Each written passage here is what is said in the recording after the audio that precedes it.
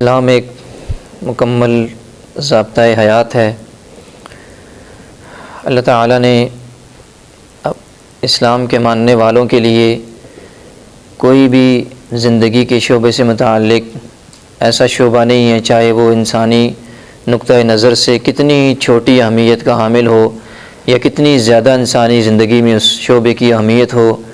اسلام ہمیں اپنی رہنمائی سے محروم نہیں کرتا، بلکہ چھوٹے سے چھوٹے اور بڑے سے بڑے شعبے کے لیے اسلام ہمیں اپنی رہنمائی دیتا ہے۔ کہیں بھی اسلام آپ کا دامن نہیں چھوڑتا، آپ کا ہاتھ نہیں چھوڑتا۔ زندگی کا کوئی بھی شعبہ ہو، دیگر مذاہب کے اندر، دیگر تہذیبوں کے اندر وہ سوچ و فکر پر چھوڑ دیتا ہے، انسانی عقلوں پر چھوڑ دیتے ہیں کہ جو لوگ اپنی مرضی سے جیسے یا کسی طرف چلتے رہیں، لیکن اسلام ہر شعبے کے اندر اپنی رہنمائی دیتا ہے، اپنے اصول مہیا کرتا ہے جن کی روشنی میں انسان چلتا ہوا زندگی گزارتا ہے۔ انسان کی زندگی میں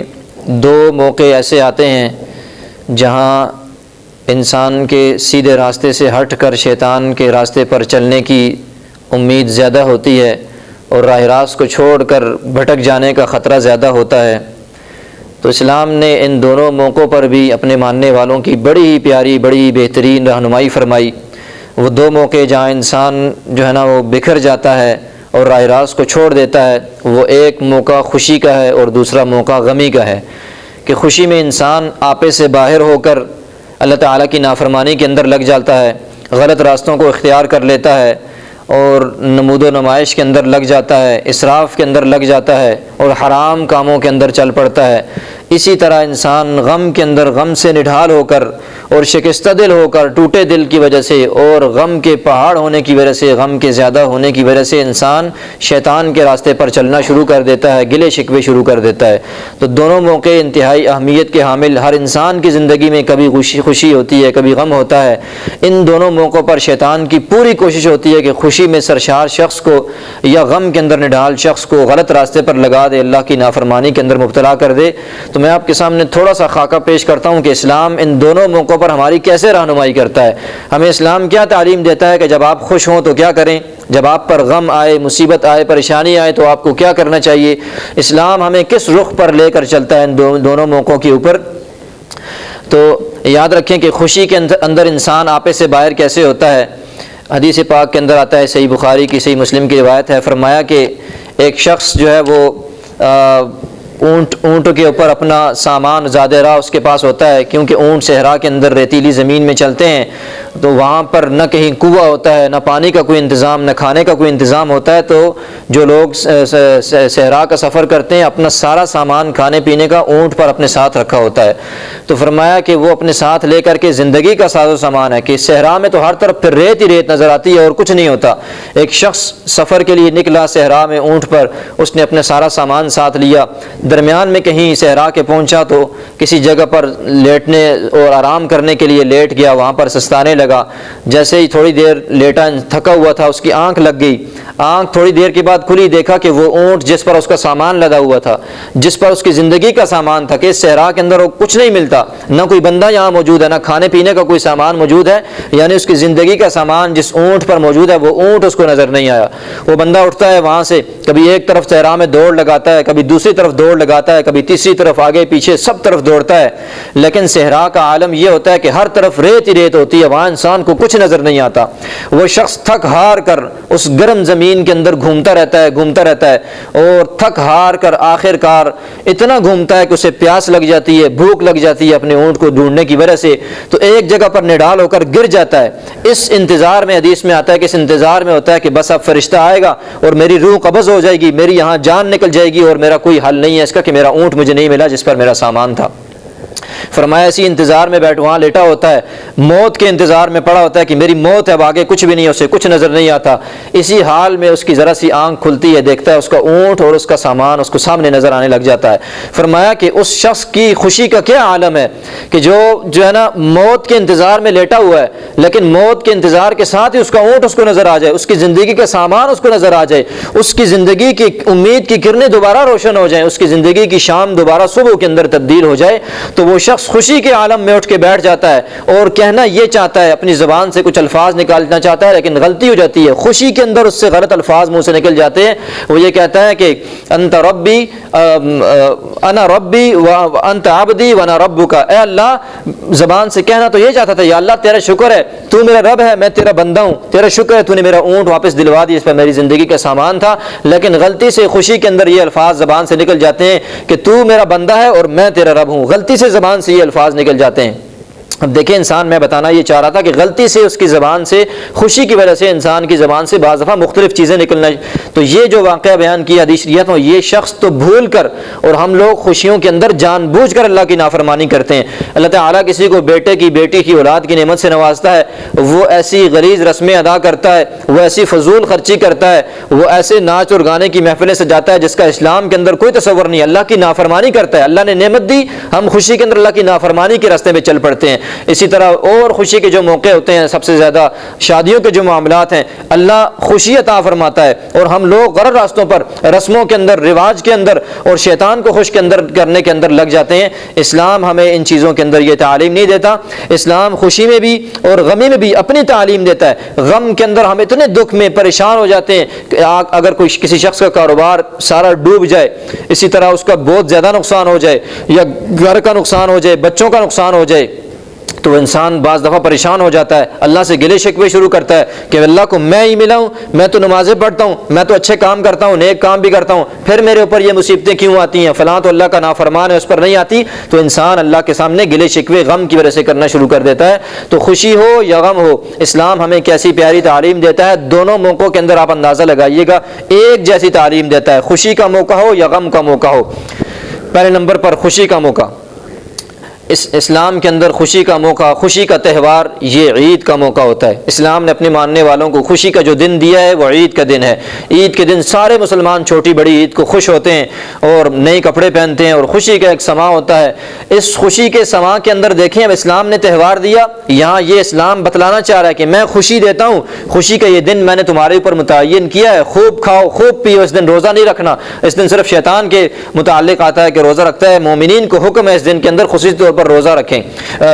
اس دن کے اندر افطار کریں اور کھائیں پییں، اللہ کی نعمتوں کو خوب استعمال کریں۔ اب خوشی کا موقع تھا، اب اللہ نے اس خوشی پر کیسے پابندی لگائی، کیسے منانے کا طریقہ بتایا کہ عام دنوں کے اندر ہم 5 نمازیں پڑھتے ہیں، صبح سے لے کر شام تک، فجر، ظہر، عصر، مغرب، عشاء، 5 نمازیں پڑھتے ہیں، لیکن اس خوشی کے دن کے اندر اللہ نے ایک چھٹی نماز ہمارے اوپر فرض کر دی، واجب کر دی کہ اللہ کے سامنے آ کر خوشی کے اس موقع پر سجدہ ریز ہو جاؤ۔ کہ خوشی منانے کا طریقہ یہ ہے کہ اللہ کے سامنے جھک جاؤ، اللہ کے سامنے سر کو سجدے کے اندر رکھ دو، اللہ کے سامنے ہاتھ پھیلا کر دعائیں کرو۔ یاری خوشی کے موقع پر ایک نماز اور ہمارے اوپر واجب کر کے ہمیں یہ بتلا دیا کہ خوشی کے اندر انسان آپے سے باہر ہو کر اللہ کی نافرمانی میں نہ لگ جائے کہ جو مرضی کرتا پھرے، خوشی کا دن ہے، عید کا دن ہے، بدنظری کرے، گانے سنے نعوذ باللہ، یا اور سیر سپاٹے کے لیے نکل جائے یا اللہ کی نافرمانیاں شروع کر دے۔ بلکہ فرمایا نہیں، سارے کے سارے لوگ، اور یہ خوشی کا ایسا موقع ہوتا ہے اس عید کے اندر، جو لوگ پورا سال نماز نہیں پڑھتے وہ بھی عید والے دن آ کر کے نماز پڑھتے ہیں۔ تو اسلام ہمیں خوشی کے موقع پر کیا تعلیم دیتا ہے کہ اللہ کے سامنے صف بنا کر کھڑے ہو جاؤ اور اللہ تعالیٰ کی تعریف اور حمد بیان کرو جس نے تمہیں یہ خوشی کا موقع عطا فرمایا ہے۔ تو اسلام ہمیں خوشی کے موقعوں کے اندر تعلیم یہ دیتا ہے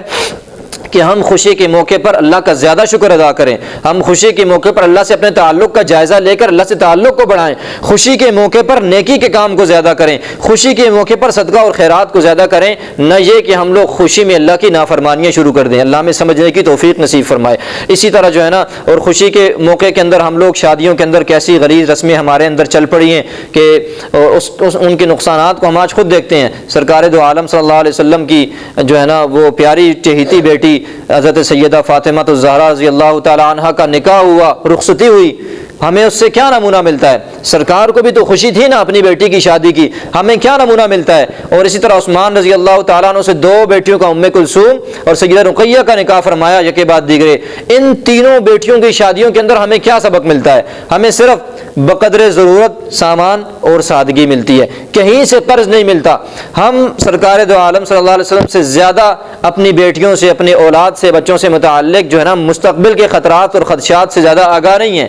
کہ ہم لوگ اپنی بچیوں سے آپ سے زیادہ محبت نہیں کرتے جتنی محبت سرکار اپنی بچیوں سے فرماتے ہیں. کیوں؟ انہوں نے امت کے لیے اپنی بیٹیوں سے محبت کر کے اپنی بیٹیوں کی رخصتیاں کر کے نمونہ چھوڑنا ہے, ان کی ہر ادا نے نمونہ بننا ہے. میری اور آپ کی محبت ہم کہتے ہیں جی یہ تو مستقبل میں فلاں ہو جائے گا اس لیے فلاں کام کرتے ہیں, آئندہ یہ نہ ہو جائے تو یہ کرتے ہیں. ان سب باتوں کے باوجود کہ ہم اپنی بچیوں کے لیے اتنا اہتمام کرتے ہیں, جہیز کا بھی اور پتہ نہیں مہر کے اتنے زیادہ لکھوانے کا بھی اور بھی بہت ساری شرائط کے لکھوانے کا, اس کے باوجود طلاق کی شرح اتنی زیادہ ہے کہ اگر آپ اسلام کی شریعت کے مطابق کام کریں, شریعت پر چلتے رہیں, تو طلاق کی شرح کی جو ریشو ہے وہ 1% 2% ہوگی, انتہائی نہ ہونے کے برابر ہوگی. اور اس سے بڑھ کر ہم نے جو شادی اور بیاہ پر یہ رسومات جو اختیار کر لی خوشی کے موقع پر, اس نے ہماری نوجوان نسل کو جو بگاڑ دیا. اور شادی اور بیاہ نکاح جتنے مشکل ہو گئے اس کا اندازہ ہم لوگ خود کرتے ہیں, معاشرے کے اندر ہم سب طرف دیکھتے ہیں. تو خوشی کے موقع پر اسلام ہمیں یہ تعلیم دیتا ہے کہ صرف اللہ کے ساتھ اپنے تعلق کو بڑھاؤ, اللہ کی رضا والے کام کرنے کی جو ہے نا اس کی طرف بڑھتے رہو, خیر کے کاموں کی طرف بڑھو.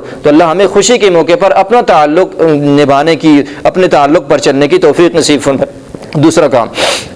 غمی کے موقع کے اندر, خوشی کے موقع کے اندر کیا ہوا تھا کہ اللہ تعالیٰ نے ایک نماز زیادہ واجب کر دی کہ آؤ میرے سامنے صف ریز ہو جاؤ. اور غمی کا موقع, غم میں سب سے زیادہ جو ہے نا انسان کو اپنے کسی عزیز کے بچھڑنے کا, دنیا سے چلے جانے کا انسان کو غم ہوتا ہے کہ کوئی آپ کا پیارا دنیا سے چلا جائے, بہن بھائی والد والدہ اور کوئی قریبی رشتہ آپ کا دنیا سے چلا جائے, تو انسان کے لیے بڑا سخت صدمہ ہوتا ہے, بڑی سخت پریشانی کا انسان کا عالم ہوتا ہے. اس پریشانی اور سخت مصیبت کے موقع پر بھی اسلام کیا پیاری تعلیم دیتا ہے. یہ چھوڑ نہیں دیا کہ آپ پر غم آ گیا منہ سے جو مرضی الفاظ نکالیں, چھوڑا نہیں ہے کہ آپ کی جو مرضی ہے منہ سے الفاظ نکالتے رہیں, ہاتھوں سے جو مرضی کرتے رہیں, زندگی میں جو مرضی کرتے رہیں, بلکہ غم کے اس موقع پر بھی اتنی پیاری تعلیم دی کہ جس طرح خوشی کے موقع پر لا کر صف میں کھڑا کیا کہ 5ویں 6ٹھی نماز بھی ادا کرو, اسی طرح غمی کے موقع پر بھی لا کر لواحقین کو, رشتہ داروں کو, جو اس کے قریبی تعلق دار دوست احباب ہوتے ہیں, سب کو لا کر کے صف میں کھڑا کر دیا کہ آ کر کے اس کا جنازہ پڑھو اور مجھ سے مانگو اور صبر طلب کرو, اس کی مغفرت طلب کرو. غم منانے کا طریقہ بھی اسلام یہی دیتا ہے جو خوشی منانے کا طریقہ دیتا ہے.